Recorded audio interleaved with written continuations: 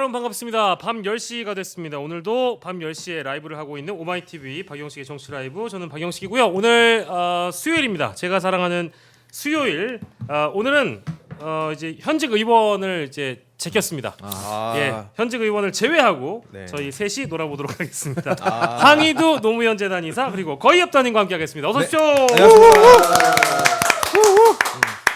평소에 그렇게 또 이렇게 눈치를 주시더니 결국 이렇게 또 빼버리신 건가요? 아니요. 제가 언제 눈치를 줬어요? 막 책 광고한다고 자꾸. 아닙니다. 그거 아니고. 사실 그 오마이북스에서 나온 네. 국민이 합니다의 굉장히 걸림돌이었거든요. 박주민 의원이.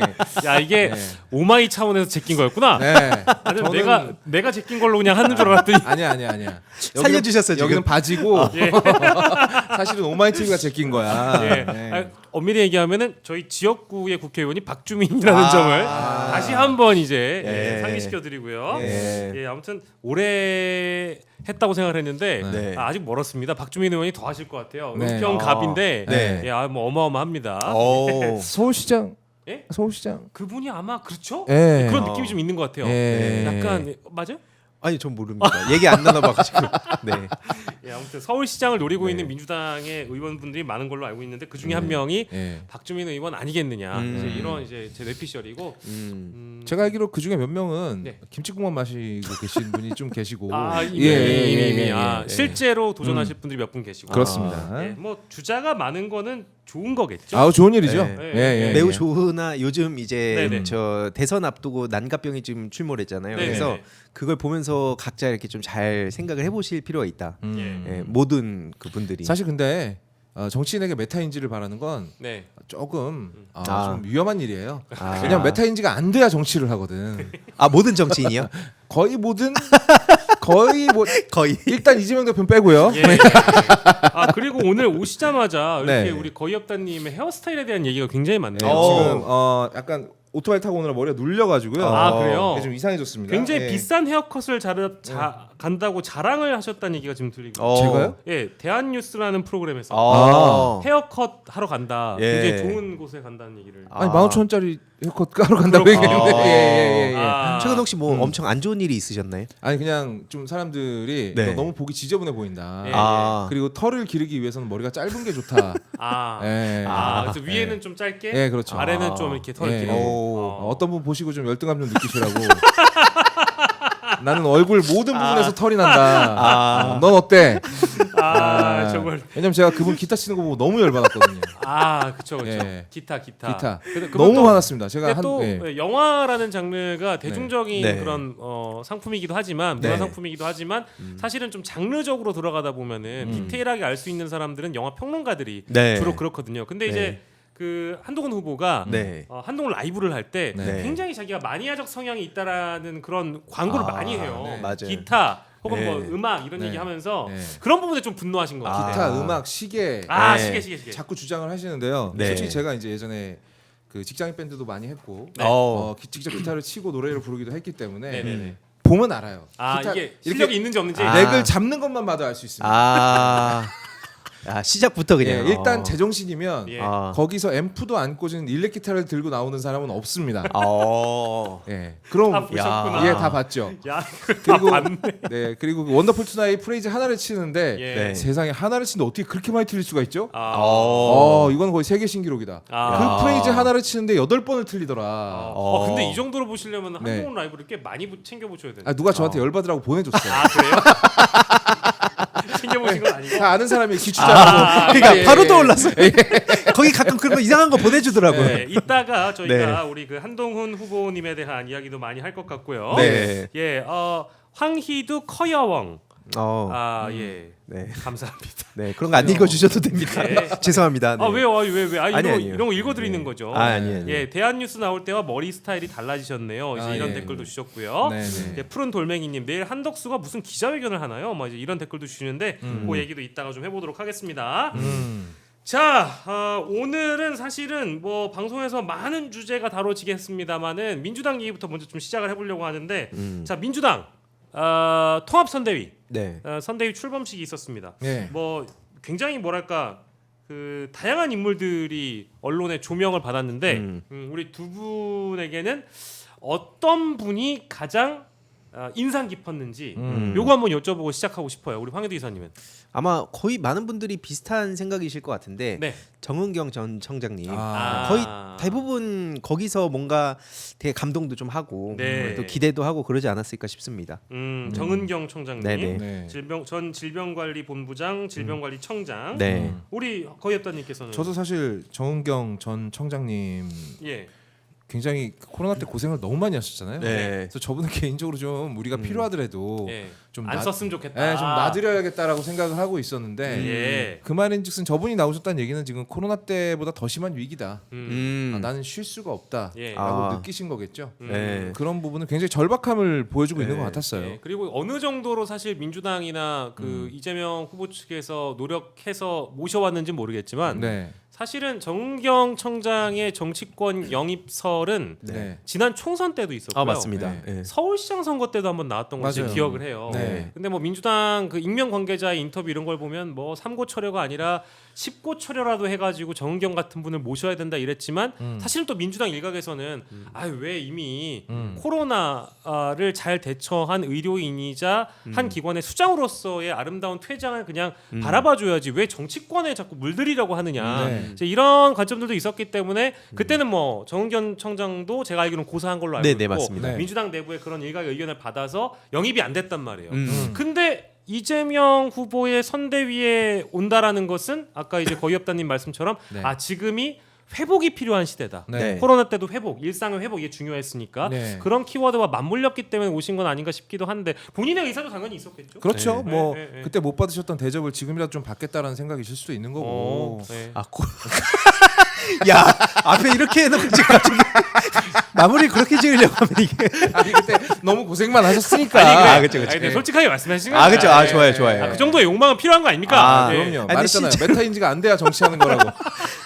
그러니까 실제로 이 내란 국면에 예. 그때가 이제 사실 모든 전국에 있는 시민들이 사실 충격을 받았잖아요. 예. 그래서 그러다 보니까 이제 지금 이렇게 등판하셔서 예. 그동안과는 상황이 완전 달라졌기 때문에 그래서 이제 이렇게 또 어떻게 보면은 또 네. 고생인 걸 알면서도 예. 네, 등판해 주신 거다 생각합니다. 인상 깊은 사람은 그렇게 말씀해 주실 수 있고 아마 두 분은 네. 민주당의 그 선대위의 면면을 두루두루 다 보셨을 것 같아요. 그러니까 이제 언론에 조명되는 인물들은 진짜 인상이 굉장히 인상 깊기 때문에 실제 조명하는 거고. 그렇죠. 의외인 사람은 혹시 의외다 이 사람 의외다 싶은 사람 있습니까? 저는 박찬대 박찬대 원내대표. 대표 권한대행이잖아요. 이제 예. 네. 너무 많이 울어서 놀았어요. 오늘 뭐 작정하고 나. 아니 왜 멀쩡한 상임 선대를 그렇게 묻어버리는 거예요? 아니 너무 잘 우시더라고. 이분은 분명히 F다. 네. 근데 일리 있습니다. 감정적으로 충만한 사람이구나. 예. 네. 저는 뭐 이제 감정 충만, 네. 또 이제 예수님의 사랑 충만, 성령 충만하셔가지고 또 다른 분들보다 좀 굉장히 좀 이모셔널하신 부분이 있는 것 같아서 그건 맞는 것 같아요. 아니 근데 거의 네. 이재명 대표 옆에 가기만 하면 그냥 입 모양이 막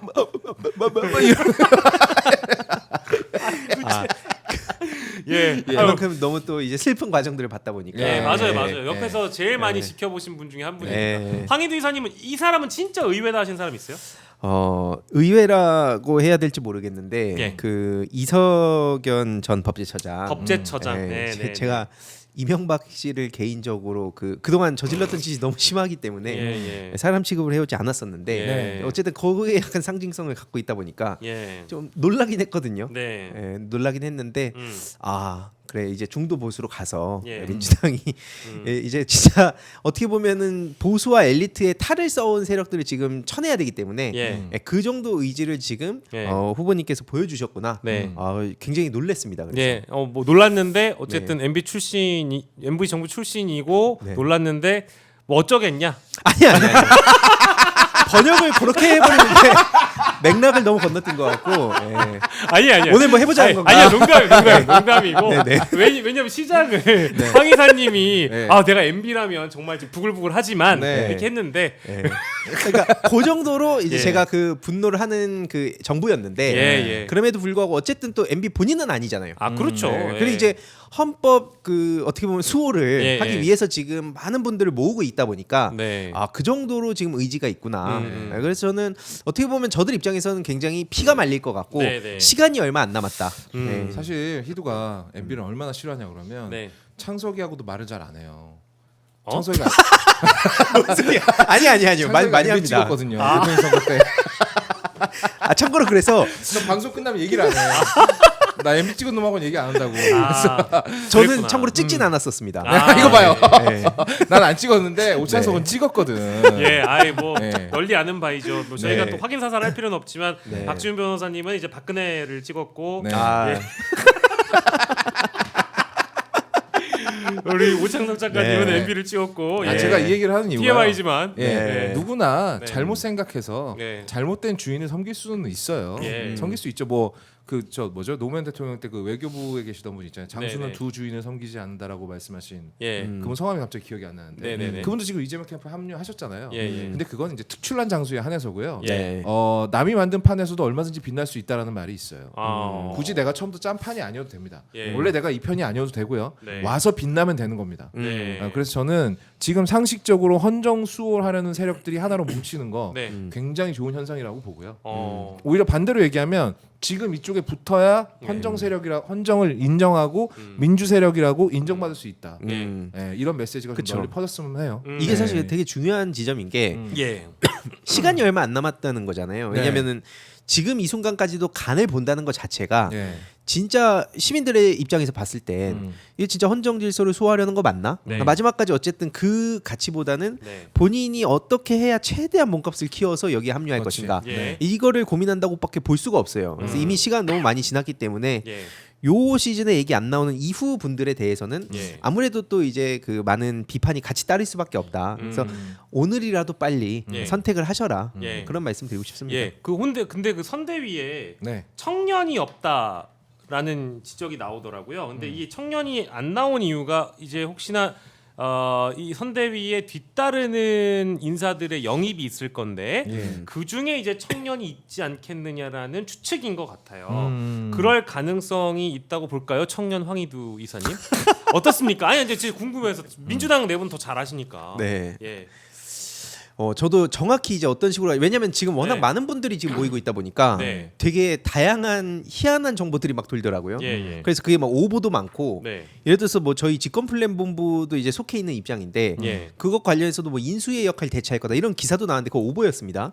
아무튼 그런 얘기들이 많아서 저도 정확한 예측은 지금 거의 불가능하다라는 점 미리 말씀드리고 다만 이제 뭐 말씀 주셨듯이 청년들이 중요한데 여기서 좀 민주당 차원에서는 딜레마가 좀 있는 것 같아요. 그러니까 분위기를 보면 한마디로 지난번에 이제 뭐 굳이 언급하고 싶진 않지만 청년의 상징을 가지고 이제 와서 약간 실컷 몸값을 키운 다음에 중요한 순간에 자꾸 그 조중동을 향한 메시지를 어필하고 막 그런 그 일들이 있었기 때문에 무턱대고 이제 청년이라고 해서 우리가 뭐 앞장 세우는 건 좀 부담스럽다.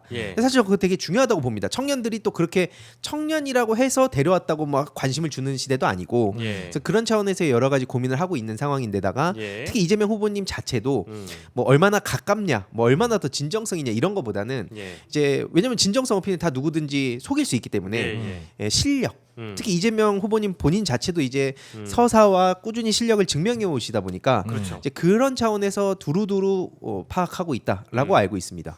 혹시 그러면 우리 거의업다님은 대체로 거론되는 사람이 김상욱 의원이잖아요. 저는 이미 충분히 청년들로 가득 차 있다고 생각해요. 왜냐하면 OECD가 청년의 기준을 재조정을 했거든요. 그럼 몇 살부터 몇 살까지입니까? 65세까지 청년이에요. 여기 다 청년이다. 다 청년이에요, 다 청년. 중요합니다, 중요해요. 사실 OECD를 적용을 해도 우리 한덕수 후보 추대위 같은 경우에는 만약에 뭐 지금 민주당 저 선대위에 청년이 없다라고 말을 한다라면 한덕수 추대위 같은 경우는 뭐 다 오늘 내일 하시는 분들이거든요. 그러면 말이 안 된다. 지금 민주당은 충분히 젊고요. 다만 이게 의식적으로 더 젊어지려고 노력하는 모습고 오히려 더 가식적으로 보일 수 있습니다. 저는 지금 충분히 괜찮다고 생각해요. 저도 동의합니다. 동의하고 이게 사실은 청년 정치라는 것 자체를 실제 우리가 어떻게 규정할 것인가도 다시 한번 생각을 해봐야 되는 지점이 분명히 저는 있다라고 보고 이건 사실 청년 정치인들이 더 많이 하는 얘기인 것 같아요. 그러니까 이제 청년을 기성 정치가 많이 이용하고 활용하면서 청년을 마치 소모품처럼 갈아 끼는 존재로 인식하고 있기 때문에 청년을 너무 이제 어떻다라고 이제 마치 MBTI 딱 규정하듯이 너는 청년이야 아니야 청년이니까 어떻게 해야 돼라는 식의 이런 어떤 문법 안에 가두는 것 자체가 일단은 청년 정치인들도 별로 좋아하지 않는 것이고 하다 보니까 뭐 저희가 얘기하면서 특정 인사를 꼭 청년이다 아니다로 꼭 거론할 필요는 없는 것 같아요. 물론 OECD 기준이 또 15세까지라고 하니까 이제 뭐 100세 시대니까 싹 다 청년입니다. 근데 실제로 그러다 보니까 뭐 민주당에서도 제가 알기로 이제 한 40대 후반에 있는 막 보좌관 출신의 이런 정치인 그 후보 시절에도 엄청 무시당했다 그러고 왜냐면 너가 보면 벌써 정치냐 실제로 이제 그렇기 때문에 이제 거업형님의 그런 지적은 굉장히 타당하다. 실제 당내 분위기도 그렇더라고요. 이건 뭐 여야를 떠나서 정치권 자체가 좀 그런 게 있는 것 같은데 저는 이제 개인적으로 그동안 쭉 청년 정치라는 걸 이제 보면서 느낀 바가 뭐냐면 예를 들어서 각 당에 굳이 이름은 제가 얘기하지 않겠습니다. 근데 뭐 예를 들어서 그런 각 당에 있는 청년 정치인들이 예를 들어서 비판을 받고 이준석이요? 뭐 갈까요 이제 하나씩? 예. 뭐 이따가 이제 좀 얘기할 시간이 있을지 모르겠는데 맞아요. 그런 정치인들이 뭐 흔들린다. 그래서 청년 정치가 흔들리니까 청년을 흔드는 거다. 이런 말도 안 되는 프레임을 그동안 너무 많이 써왔었어요. 그러다 보니까 이제 계속 그런 루트로 나도 정치인이 되겠다고 하는 사람들이 너무 생겨났는데 그러다 보니까 오히려 진짜 청년들 입장에서는 분노하고 정치에 대한 불신이 더 쌓여가고 그런 일들이 너무 많이 벌어졌다. 그런 차원에서 지금 지난 그 대선과 분위기와는 다르게 지금은 이제 막 인위적인 어떤 청년들을 어떻게든 영입하자라는 것보다는 실제 이 다수의 공감대를 형성한 차원에서의 그 지지를 받는 그런 분들을 조금 더 찾고 있는 거 아닌가 그 생각도 좀 많이 듭니다. 사실 어떻게 구성을 해도요. 만약에 뭐 청년들이 드글드글했다. 그럼 뭐 또 연륜이 없다라고 말을 했을 거고 남성들만 있어도 여성이 없다라고 말을 했을 것이고 어떻게든 비난은 나올 수밖에 없고요. 사실 청년 정치가 등장하는 것도 중요한데요. 청년 정치가 국민들에게 어떤 효능감을 줬는가. 그리고 지금 윤석열 대통령 아니죠 이제 윤석열 씨. 그분이 이제 집에 갈 때 그 꽈잠바를 입고 윤석열을 움켜 안던 그 청년들이 그럼 과연 필요한 것인가 민주당에도 저는 오히려 허울뿐인 청년은 없는 게 낫다라고 생각해요. 이건 저 되게 진지하게 드리는 말씀입니다. 뭐 좋은 말씀이라고 저도 생각하고요.